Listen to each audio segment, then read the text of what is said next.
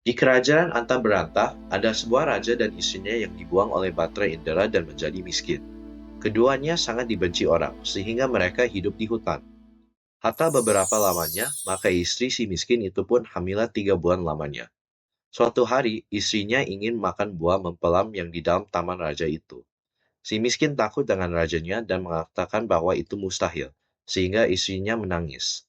Maka si miskin merasa kasihan dan pergi ke pasar untuk meminta buah mempelam yang sudah busuk. Orang-orang pasarnya merasa iba kepadanya dan memberinya buah mempelam, baju, dan nasi. Lalu dia pulang ke rumah dan memberikan buah tersebut ke istrinya. Akan tetapi, istrinya menolak buah ini karena buah ini tidak berasal dari taman raja.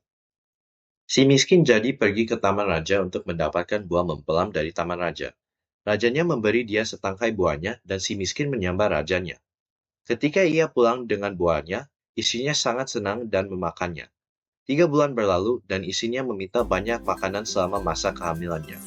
Bahkan ketika ia meminta buah nangka yang di taman raja, segala yang dia minta itu diberi orang kepadanya. Pada bulan ke-14 kehamilannya, dia melahirkan anak cowok dan dinamakan Marakarma, yang artinya anak di dalam kesukaran. Ketika si miskin sedang menggali tanah untuk membangun rumah untuk anaknya, dia menemukan emas yang sangat banyak. Si miskin juga bekerja sebagai orang yang membuat senjata, sehingga ia menjadi sangat kaya. Lalu si miskin bermimpi di mana dia membuat kerajaan di hutan, sehingga dia membuat kerajaan baru bernama Kerajaan Puspasari. Dia menggantikan namanya menjadi Maharaja Indra Angkasa, dan istrinya menjadi Ratna Dewi.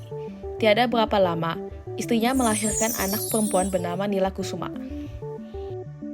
Bertahun-tahun kemudian, ketika kedua anaknya telah bertumbuh menjadi pemuda, Maharaja memikirkan tentang masa depan keluarganya. Sehingga dia pergi ke Alin Nujum untuk mengetahui masa depan anaknya.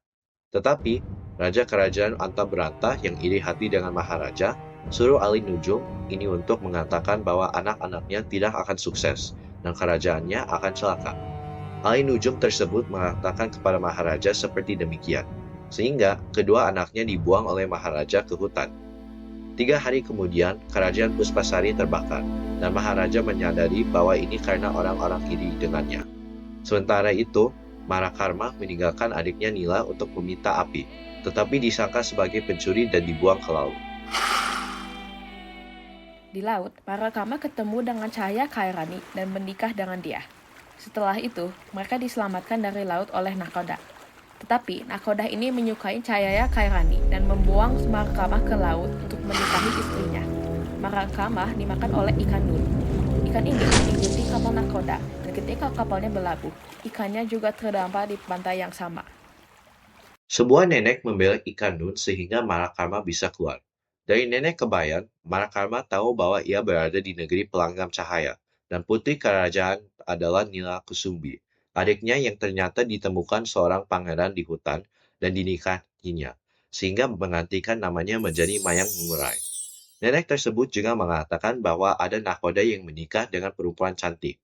Marakarma mengatakan bahwa perempuan cantik itu adalah istrinya, sehingga Marakarma meminta nenek ini untuk pergi ke istrinya di perahu dan menjual bunga kepadanya, dengan cincin pernikahan mereka di dalam bunganya bersama dengan sebuah surat. Nenek mengikuti perintah Marakarma dan Cahaya Kairani menemukan cincinnya, sehingga ia tahu bahwa suaminya masih hidup. Cahaya Kairani mengikuti instruksi Marakarma di dalam surat untuk mencari Mayang Mungurai untuk perlindungan. Nakoda kapalnya berteman dengan Raja Kerajaan Penggalap dan mengunjungi rajanya di istananya dengan Cahaya Kairani. Saat itu, Cahaya Kairani bertemu dengan Mayang Mengurai dan menyadari ia adiknya suaminya karena betapa mirip rupanya dengan Marakama. Cahaya Kairani memberitahu kepada Mayang bahwa Marakama masih hidup. Maka Mayang memberitahu suaminya dan rajanya, sehingga rajanya mengirim kuda sembarani untuk menjemput Marakama, yang berarti Marakama akan diberi kedudukan terhormat di istana.